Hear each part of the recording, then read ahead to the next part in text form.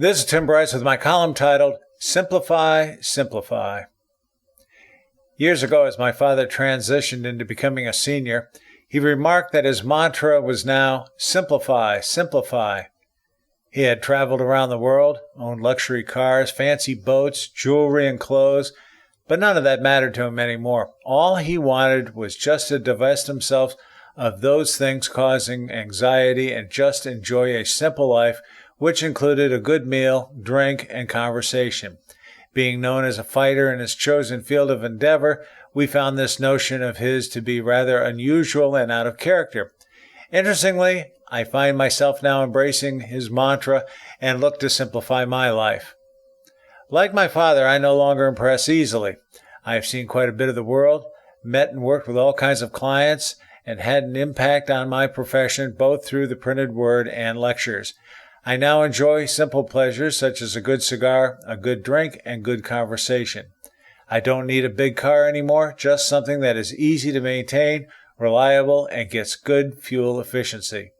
For entertainment, I still enjoy fly fishing whenever I can sneak away. There are two other things I have done to simplify my life. First, after 56 years, I finally mowed my lawn for the last time. My aging riding mower recently broke down irreparably.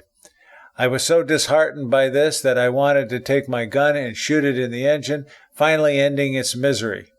My choices are either to attempt to repair the mower, which would certainly be an expensive proposition, buy a new one, or turn the lawn care over to one of the Mexican contractors who mow lawns in my neighborhood. After much thought, I decided to habla español. Sí, señor.